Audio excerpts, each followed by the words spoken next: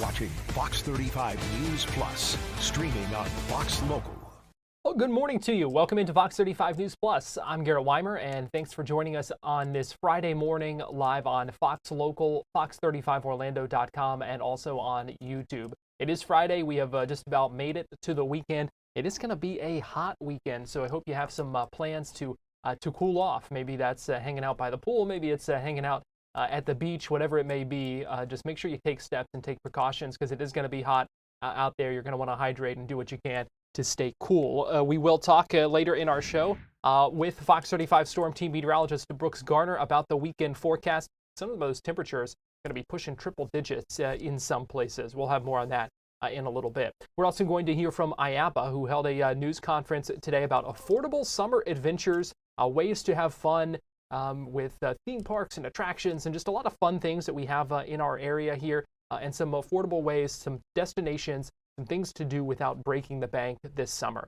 Coming up at 11:30, we're going to have a story about an email scam that ended up netting a CEO's bonus check. Pretty wild story. We're going to talk with our tech expert about how this may have happened and the takeaways even for us when we're not talking more than $1 million at risk. But we begin our show this morning with more than 200 suspects arrested in an undercover operation.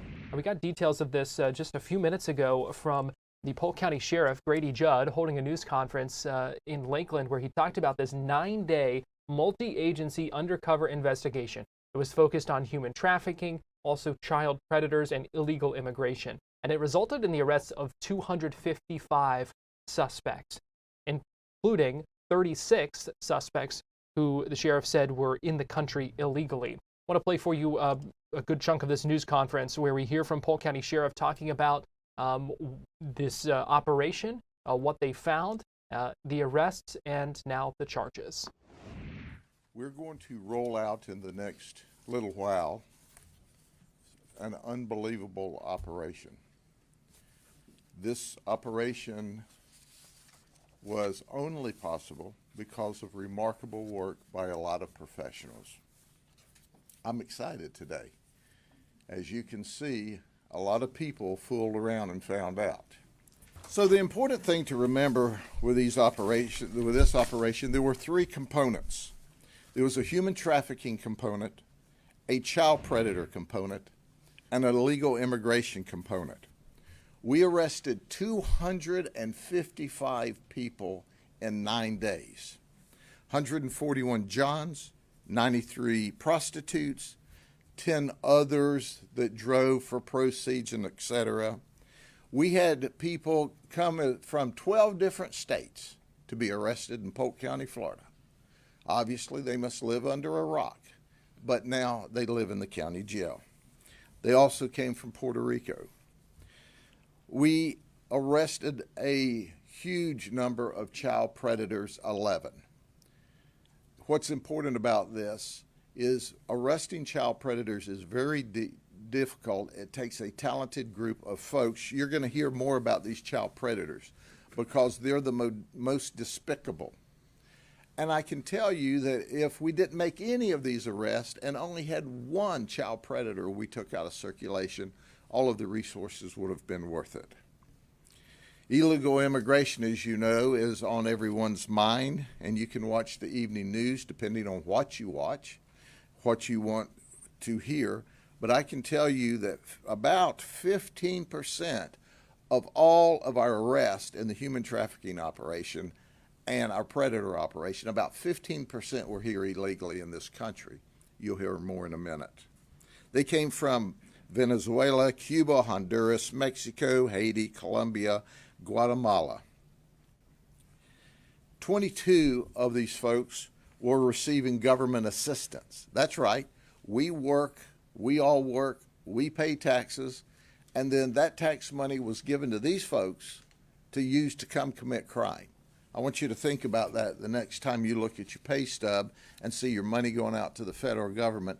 Know that the federal government is giving money to these folks so that they don't have to work and can come here and violate the law. The youngest we arrested was 17, the oldest was 70. Our folks stand in the gap between good and evil. They took 8 firearms during this operation from 8 different suspects. 25 people were charged with narcotics. We filed 386 new charges, 102 felonies, 284 misdemeanors.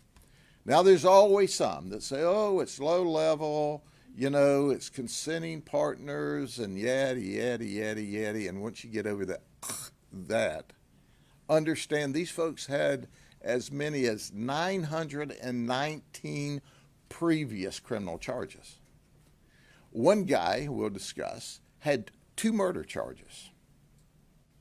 And by the way, he spent a long time in prison, but he got out just in time to fool around and find out. You'll see occupations from military, 1 active Navy, 13 veterans, a medical doctor, a retired NFL player, engineers, insurance brokers and agents, regional vice president of a timeshare, Walmart store manager, party planner, IT database, IT software engineer, an IT guy that works in a technology area at an international airport. Now, that gives me comfort. IT database guy for the federal government. Crane operators, business owners, and in the medical field, RN, CNA, medical techs. We had a lot of different people from a lot of walks of life here. But you can see how remarkable this operation is. And I am going to go over in just a few minutes some of the things that you just can't believe. Now, I'm going to start with the predators. They're the ones that obviously worry me the absolute most. I'm going to go through these quickly because we have several of them. This is Arthur Denard. He's a registered sex offender already out of Tampa. And he's registered because he had sex with a minor in 2007. He's been to prison on 2 different occasions, and he's out. We've said it over and over. If a sex predator is out, he's dangerous. And he came here thinking he was going to have sex with a 15-year-old child. In fact, he didn't actually travel. He just talked online, and Tampa police, one of our colleagues in this operation, picked him up. And he told this 15-year-old child, I want to put a baby in you. Well, we put a gel in him, so there you go. Then there's Eric Corliss. Eric Corliss is a regional executive for Red Cross Disaster Relief. Think about this. Red Cross does marvelous, beautiful work, and we're so proud of them. But this guy has embarrassed himself and embarrassed his family and embarrassed the Red Cross. He's a big boss. He's an Army veteran. He's married. He was, are you ready for this? Get a grip. He was married to a law enforcement officer, a supervisor in Hillsborough County. That's right. He left his phone at home so his wife, I'm sure a trained detective, wouldn't know where he was. When she heard about it, she's absolutely mortified, and she packed up and left, and she said, sayonara, I'm taking the kids and leaving. This didn't appear to be the first time. He was experienced at what he did. And he also went to great lengths to try to hide his identity when he was online. But think about this. A professional man with the Red Cross married to a professional lady, and he took advantage of her, embarrassed her and the children, and he went to jail. Then there's Vern Cunningham. He's 26. He's an illegal alien. Our ICE partners put a hold on him. He came for sex with a 15-year-old female. He brought cookies. Wasn't that nice? You know, I mean, after all, she's a child. She may want a cookie. You know, where's the milk? You know what I'm saying? But he wanted to bargain. I'll pay half up front and half after it's over. And when we arrested him, we asked this guy, well, why did you do this? He said, well, curiosity killed the cat. Well, you're going to have the cat people on you now. So Gregory Cooper's from Wesley Chapel. He's married for 31 years. He's got 2 adult daughters. He was in the Air Force for 20 years. He had a top secret clearance. Huh, that's interesting. He came thinking he was going to have sex with a 14-year-old male. And since it's a kid, he goes, what might he like? I'll take him an orange soda and some fruit gummies. Was that before or after? You know, I'm just saying. He's a regional manager for Enzer Roller in Lakeland, at least he was. He was very nasty and very graphic with what he said and did. They're in prison. County jail, actually, now. Prison's where we're going to do our best to send them. Nicholas Capart's 46 from Riverview. He's married. He's got 2 children. He spent 10 years in the Marines, and he wanted sex with a 14-year-old girl. And he said, hey, if this goes well, I'll permanently make you my girlfriend. His chat was remarkably nasty as well. Then there's Domingo Francisco Miguel. He's married with 3 children. He has a legal green card. However, upon his conviction, ICE has agreed to relook at him because he's not a U.S. citizen, but he has a green card to be here. He traveled to have sex with a 15-year-old girl. He told his boss, now he lied to his boss too, by the way, I just thought I'd share that with you, that he needed to go get some medicine. I guess he didn't realize that his medicine that he'll get will be at the county jail. But he was a jolly old soul. He said, you know, when I get out of this, I'd like to be a detective. I really would. He said, I like your work. I don't know if he's trying to, you know, grease us up or if he's just a nut job. Doesn't make any difference. He's going to the county jail. Aston Mack, he's 35 from Deltona. He wanted sex with a 15-year-old girl. He ran from us. Can you believe that? That wasn't nice, but he did. He thought he was talking up a deal with a family member. Well, you know, I'll pay you and I'll have sex with a child. What? What are you thinking? Now, he worked for the Opportunity Community Ability Group, OCA, in Orange County. And that's a group that helps special needs children. They say he never had any contact by himself with the children. Mostly he was admin support. But I want to brag on OCA. The second that we notified them, they terminated him. They were totally cooperative. They were mortified. They were glad that we found him and arrested him. But he's in jail, charged with human trafficking.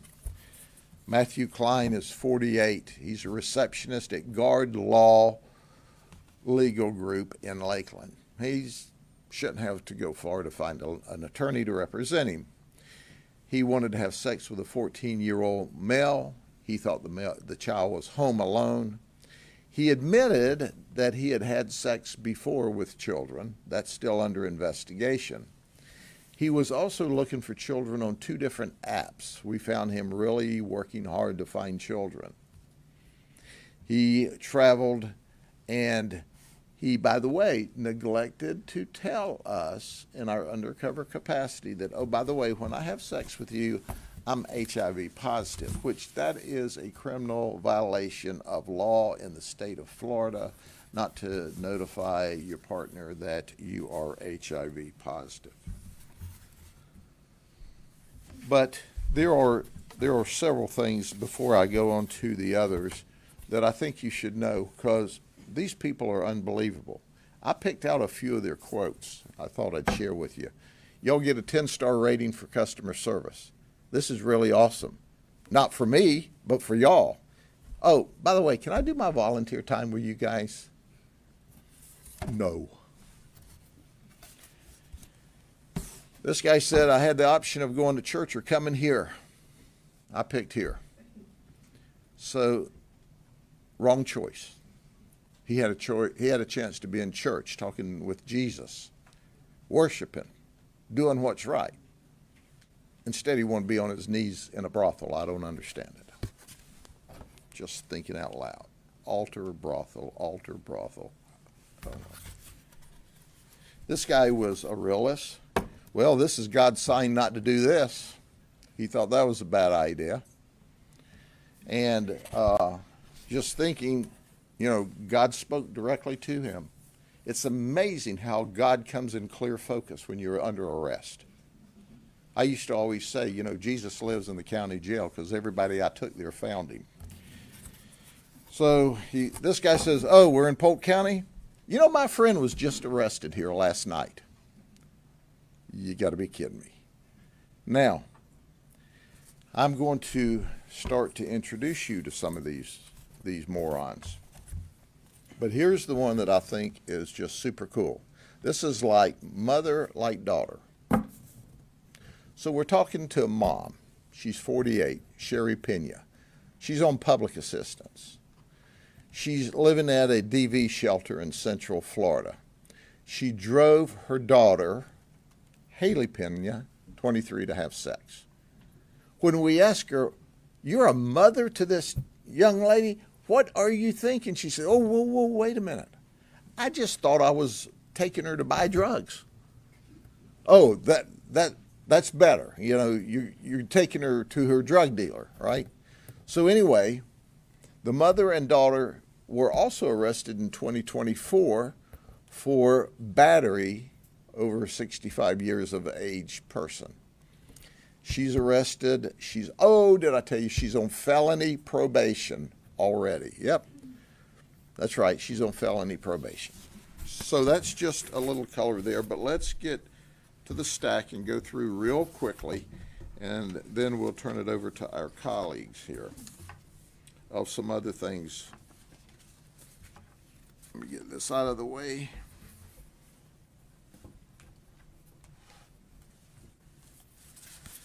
All right, I'm going to go through these.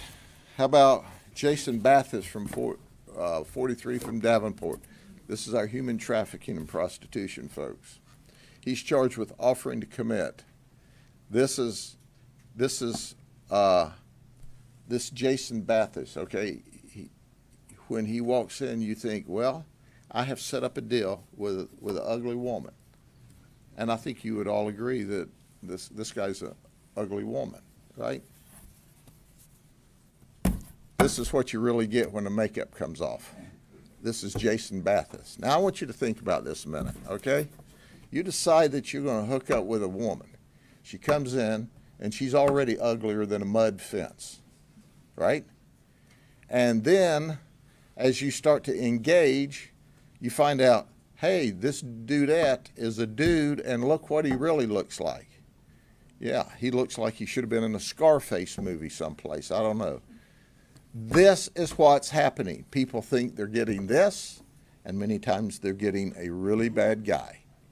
So this is the before and after, you know. When you find them in the bar at night, you know, you try to drink them pretty, and you wake up the next morning and you see this. Yeah, that's what we call Rolex ugly.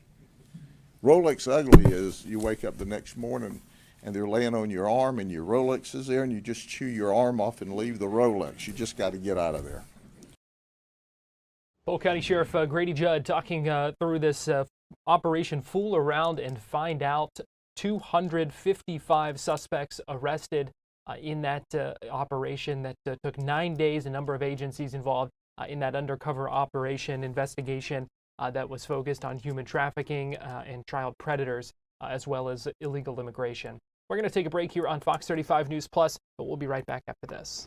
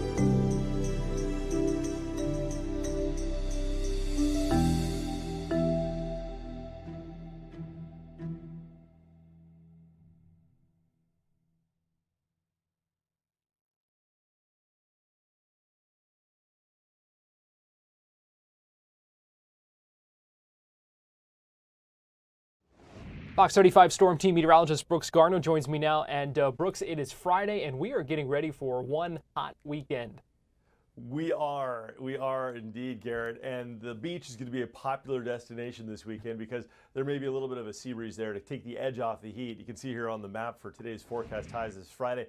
We're going to be at 95 in Orlando today, about 96 in Sanford. But on Cocoa Beach, a little cooler, about 88 degrees, 89 in Melbourne. You know, maybe pretty hot up around Volusia County as well as Flagler County beaches because the sea breeze won't be quite as good there, quite as effective, but it may kick in by the end of the day.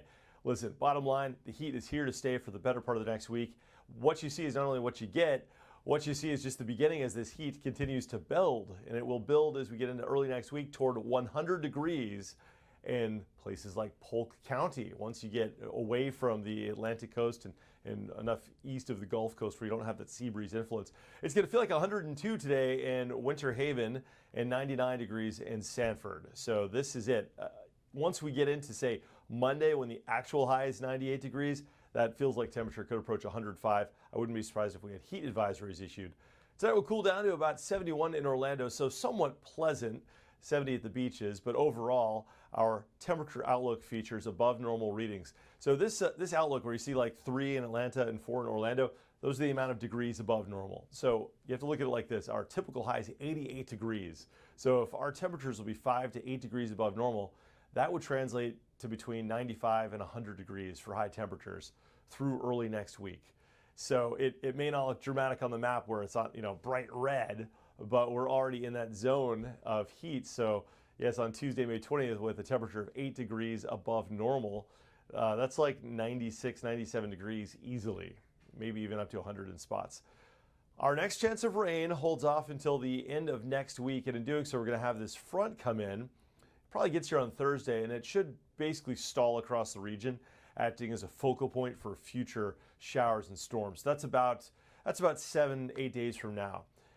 Now, one thing to watch is that we'll have some jet stream energy associated with that front.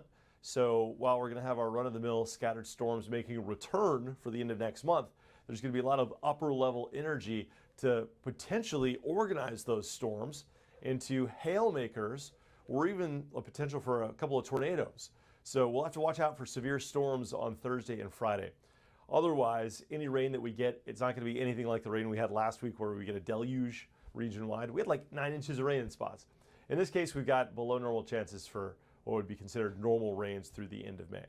So at the beaches, we'll have highs close to 90, and away from the beaches, like in Orlando, highs will be in the mid and upper 90s. 95 today, 96 tomorrow, and then 98 from Monday through Wednesday of next week. Some spots could reach triple-digit levels. Our first rain chance arriving on Thursday with some thunderstorms. So Garrett, the good news is if you have any outdoor plans, rain and storms will not be a factor for you this weekend. There is a 0% chance. But if you're hoping for a beautiful, sunny, cool weekend, that's what we get. Nothing. It's a lose. So yeah, it's May. It's May. Yeah.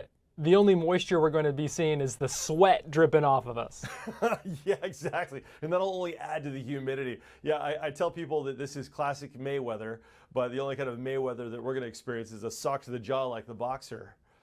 That's a good point. I like that. Fox 35 Storm Team. There you go. We will take it. Fox 35 Storm Team meteorologist Brooks Garner, we appreciate you joining us. Thank you, Garrett. And here's a live look at Daytona Beach on this Friday morning. See some folks out there already. Not a bad place to be on a day like this and a weekend like this. Well, we're going to take a break here on Fox 35 News Plus, but we'll be right back.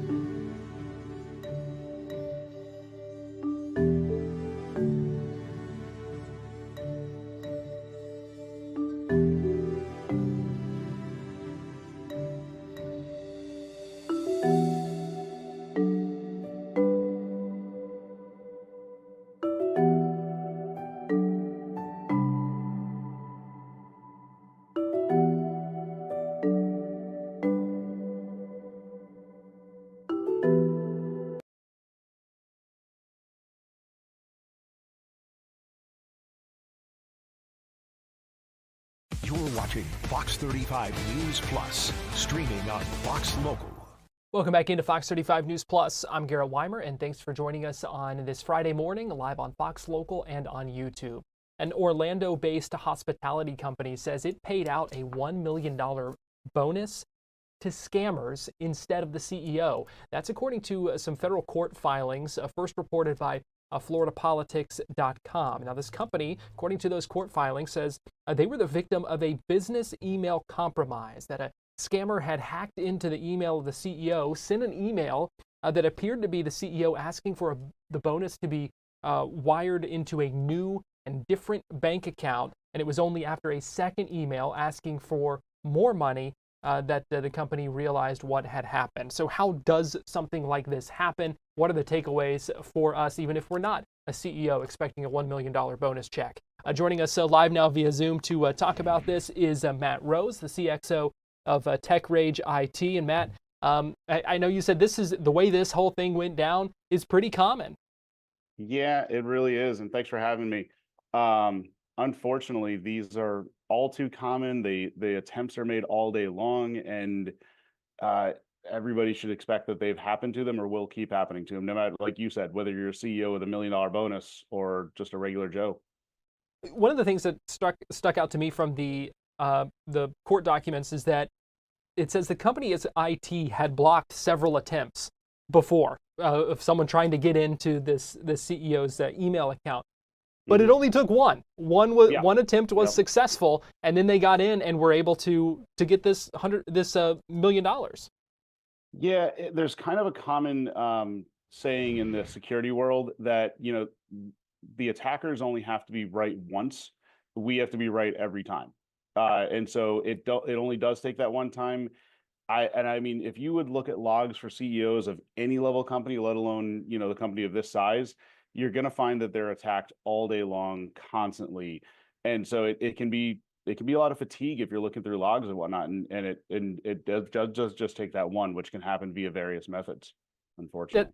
That's a good point you make about, it only takes them one time, but you have to be right all the time, when you're trying to protect from these things. So what kind of protections are in place or need to be in place to try to prevent something like this? So it's kind of an interesting one. I mean, the first and foremost, everybody should have multi-factor authentication. We've talked about that before, and that's a must. There's a statement from Microsoft that's a few years old now that says that, MFA will stop 99.9% of attacks. It's not entirely true.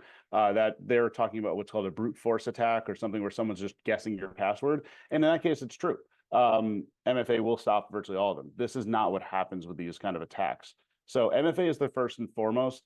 But unfortunately, with a lot of these attacks, they actually, even those logs talking about that they blocked from different locations, there's a lot of different things you can do, but there's actually a thing called a token. And it's very technically into, but it's kind of this large code that you get that when you successfully log in with your password and a MFA, you kind of get a token. That's what allows you to keep logging in, at least for so many minutes or an hour, whatever you can do.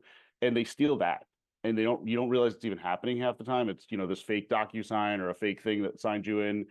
And really the only way to protect against that is to monitor and hope to shut it down as quickly as possible. There are various tools out there that do that for you, but you're sort of still behind the ball game. Instead of trying to prevent it, you sort of have to just see that something happened and shut the door as quickly as possible. Is that the bottom line here, is that there really is no 100% way to avoid something like this? Yeah, there's not. It's a common thing that in the IT industry, I get frustrated, and it doesn't happen often, luckily, but you, as an IT person, you're never hack proof. You're never 100% protected. And if someone's telling you that, unfortunately, it's never possible. It's like saying your house can't ever be 100% protected for someone who really wants to get in. You have the best security system in the world. There's always a hole. It's why we watch movies where things happen. But there is no way to be 100% preventative. You have to respond as quickly as possible, and you have to have as much measures in place, not just those things like MFA, but it's also training. It's why companies have security awareness training and tell you what to look out for in emails, tell you to, even things like wiring money. The most common thing you can do is say that before you wire funds, especially to a new account, you pick up the phone. and you call. And now that's getting harder with AI. We've talked about that as well. But you need to have human level things you do, and you need to also have kind of tripwires on the back end that will help you figure out when things are happening too. But that you will not prevent it 100%. It's getting kind of scarier and harder to prevent these things as well because of those other kind of factors that you talked about, like AI and things like this. Is this only going to get harder to prevent as things continue to advance? Absolutely. I mean, and this type of attack, a business email compromise, this is essentially what phishing has turned into nowadays. It's low tech for the attackers. You can actually go and download the tools they use to try to attack you, and you can do it yourself in probably 20 minutes if you have any level of skill. It's just a matter of you're looking for someone to fall for it. So as more and more people use technology, as AI gets better, I mean, already in 2023, the FBI reported almost $3 billion in losses from business email compromise, and it was the highest number of reported cases that got into them. That number will only get higher because this attack is it's just easy for them to do. And the numbers keep changing, but like Microsoft typically publishes, I think it's between 30 and 40% of all their business accounts have MFA. 30 to 40%. I think that tells you that even without the MFA piece, we're still not even there yet. So we have a large gap that we need to educate and get people to do in order to prevent these things. I also think it's kind of eye-opening to hear you say that there are scammers and hackers out there that are trying to get in all day long to these business email accounts, and that could include mine. That could include yours. I mean, that can include all of ours.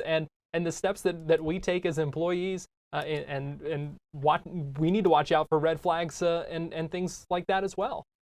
Well, and that's the thing you have to remember. This was a CEO of a successful company. Yes, they're going to target those people. They're going to target finance. They're going to target the CEOs. You as being a public figure, you're certainly going to be attacked for that reason. But also just they don't really care. They're looking at small businesses, small businesses. They know they don't have the protections in place, but also they get access to your email list. They can then try to phish those people. It's a sales game. It's marketing. It's numbers too. So they kind of don't care. And just because you're a small business, just because you're whatever the low, what you consider a low position to be at your company, doesn't matter. It's still important. Well, and looking for those soft targets, looking for those potentially easy ways in, and then, like you said, that may open doors to a number of other avenues for them. Yep, pretty much. All right. Well, Matt Rose, the CXO of Tech Rage IT, we appreciate you joining us and breaking all this down for us, giving us a lot of good information and things to keep in mind as we move forward in this tech-reliant world. Certainly a lot to be aware of. Absolutely. Thanks for having me again. All right, we're going to take a break here on Fox 35 News Plus, but we'll be right back.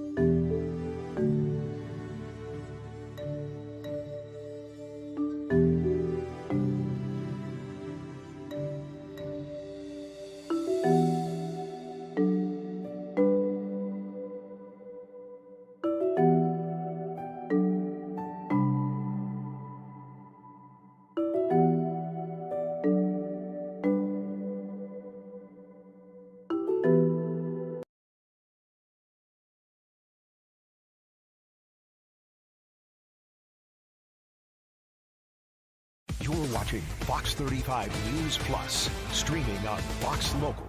Welcome back into Fox 35 News Plus. I'm Garrett Wymer, and thanks for joining us on this Friday morning live on Fox Local, fox35orlando.com, and also on YouTube. We are getting closer to summertime, just a couple more weeks left in school, probably for you, for your kids. And so maybe you're looking for some things to do this summer. But we also know with the way costs are and that kind of thing right now that you may be looking for ways to entertain kids and have some fun yourself without breaking the bank. And so today, IAAPA, the International Association of Amusement Parks and Attractions, held a news conference in Orlando at the Andretti Indoor Karting and Games. They were talking about affordable adventures and indoor entertainment specifically, and talked about some top destinations for summer fun without breaking the bank.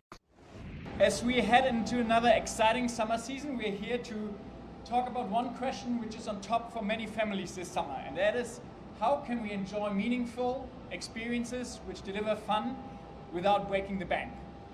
That's exactly what we're talking about today, about affordable adventures.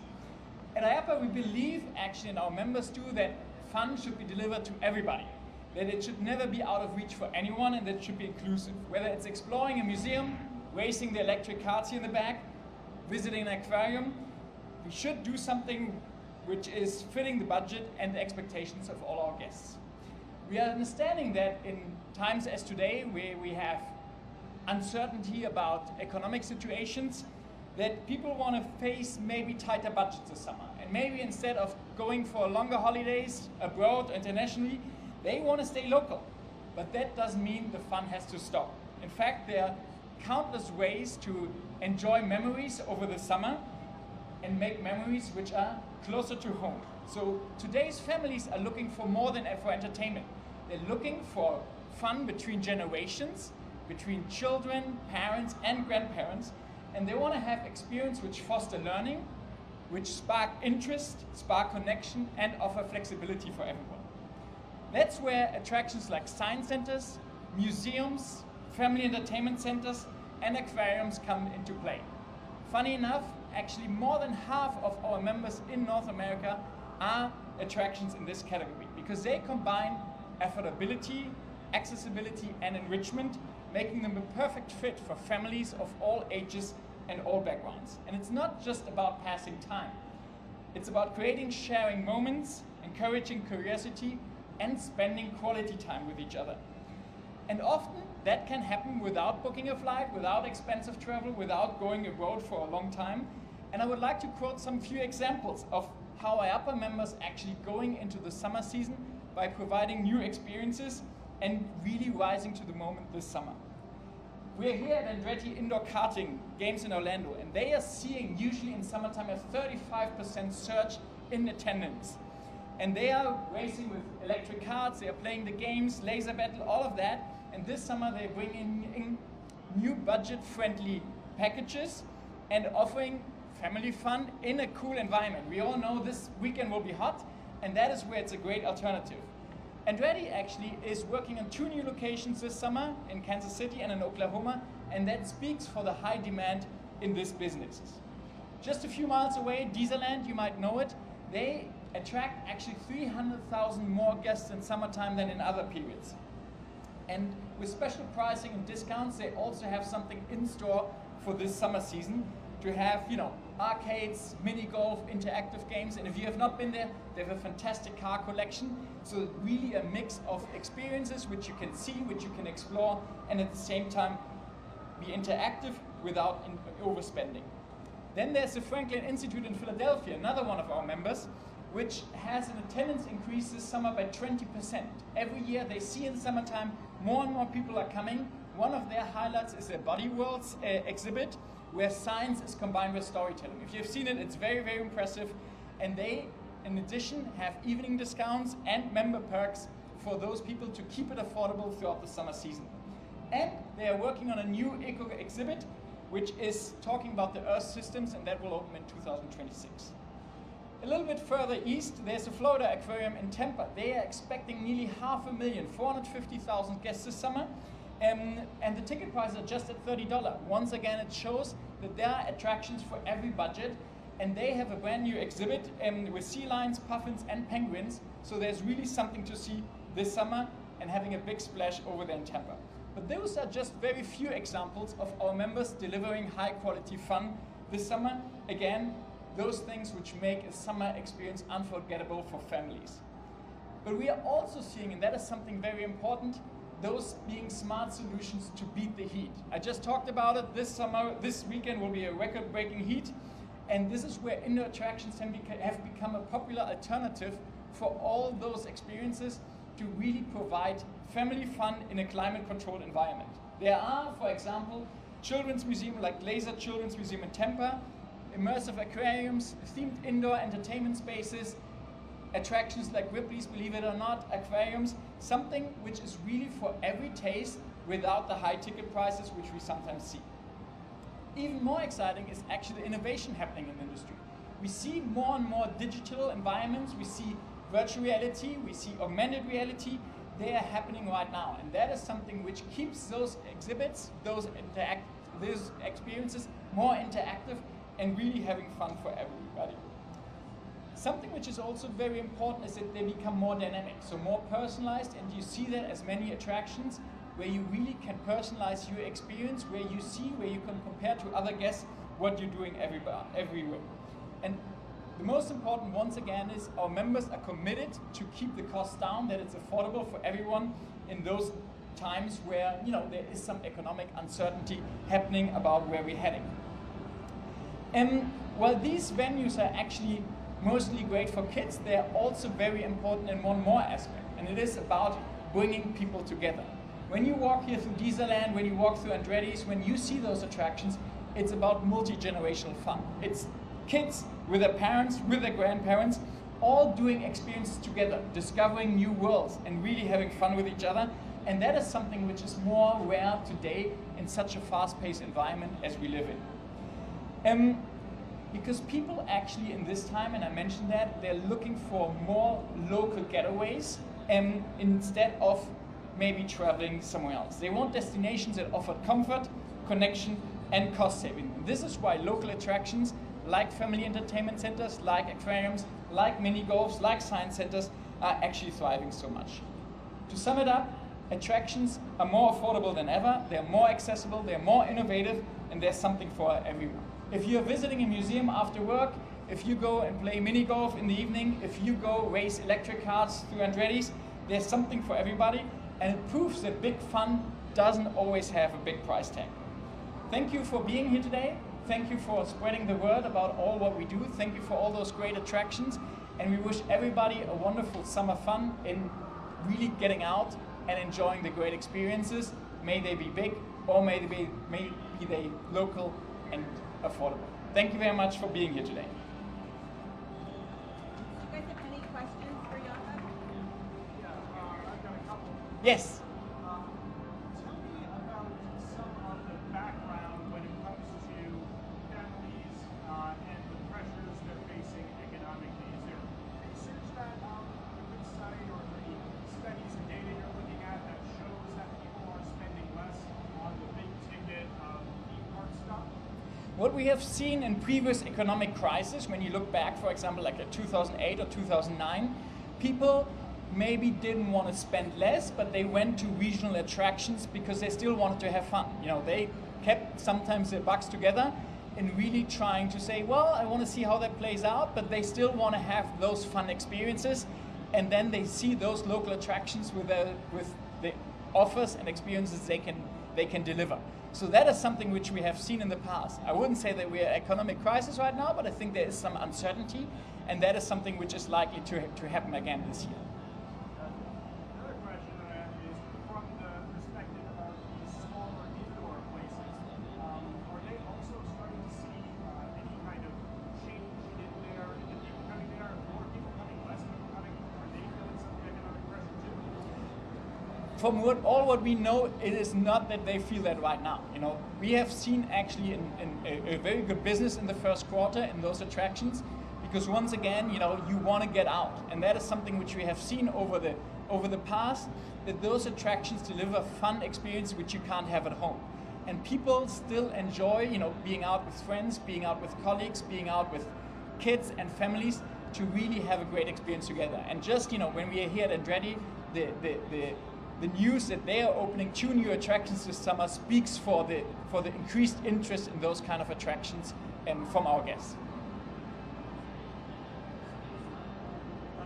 When we talk about the gap in spending between big theme parks and people attending smaller regional attractions, where have we seen the increase in cost in the bigger parks most? Is it on the initial ticket end? Is it on the food and beverage end? Is it in the extras like the express passes?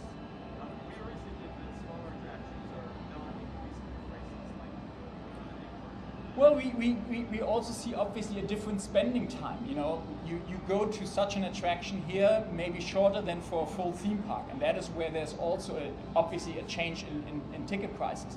But we see that there's a market for everything, because when you go next door to Epic Universe, when you go to Disney World, you're obviously into a full day or multi-day experience where you are also willing to spend more money at that moment, because it is a more unique opportunity which you might do once or twice a year. At the same time, you can go more often, more locally to those kind of attractions to have the same fun level, but on a different budget and on a different scale.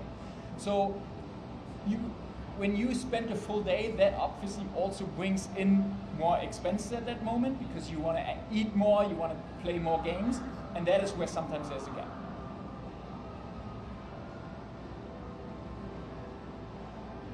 Something which I would actually like to say as well, it is that we did for the first time a North America economic impact study this spring, and that caters to the overall industry of our attractions industry in North America. That encompasses all attractions. So in the US we have 19,000 attractions, and approximately 15,500 of them are entertainment centers, museums, and science centers, and that speaks just for the pure volume of that. And while we talk about the North American attendance of 880 million visitors, we see 522 million attendees or visitors coming to those museums and science centers. And just those pure numbers speak a clear language. While our industry in North America generates approximately 1 million jobs, just science centers, museums, and entertainment centers create 500,000 of jobs. And that speaks for the volume of our industry across the country. And as we go to break here on Fox 35 News Plus, give you a live look from our camera along International Drive in the tourist district, I-Drive in Orlando. We're going to take a break here on Fox 35 News Plus, but we will be right back after this.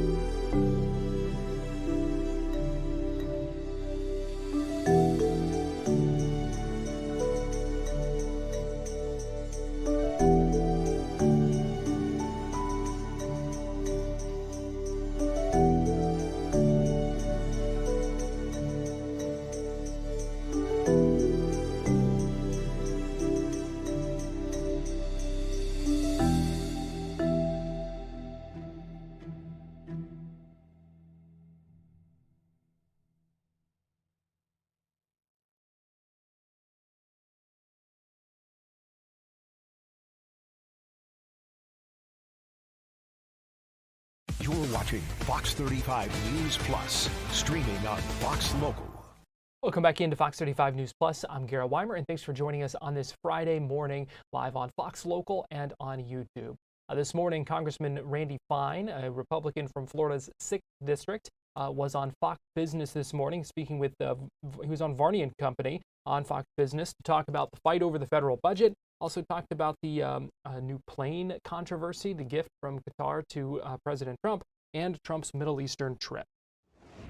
Well, I think we have to be focused on understanding that President Trump's the team captain, and we have to make him successful. We have to show that we can govern. And people have all kinds of perspectives on the bill, but the future of our country is at stake. We have a chance to show America we're worthy of their trust. Well, he's coming back to America right now from the Middle East.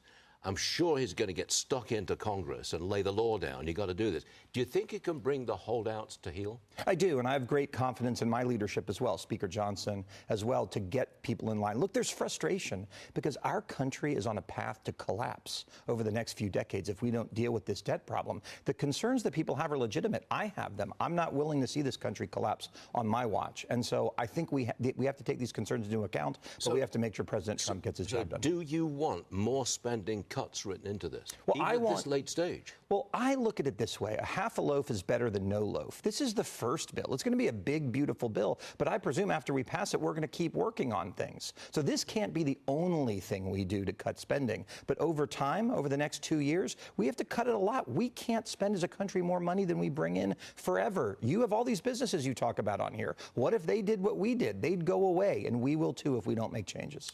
Democrats in the Senate, they're trying to block arms sales to Qatar and to the UAE. This is because Qatar offered Trump that Boeing jet, a gift from the UAE. To me, this sounds like an excuse to just block whatever Trump's doing. What do you say? Well, it's clearly an excuse. UAE didn't give them the jet. So, I mean, maybe they need to pull out a map and get familiar with geography. Look, they're looking for excuses to do anything. They want to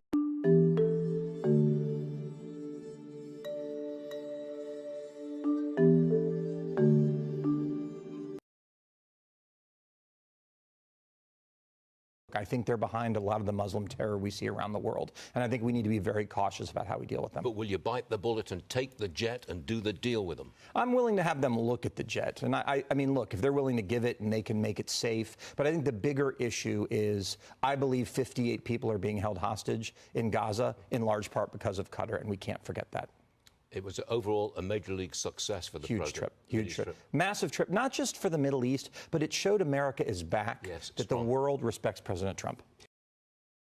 That was Congressman Randy Fine on Fox Business just a little bit ago. That's going to do it for us here on Fox 35 News Plus. We appreciate you joining us. We'll be back here at 2 o'clock with a live hour of Florida Live, or sooner if we need to be. So keep it here on Fox Local. Thanks for joining us. On Fox Local. Thanks for joining us.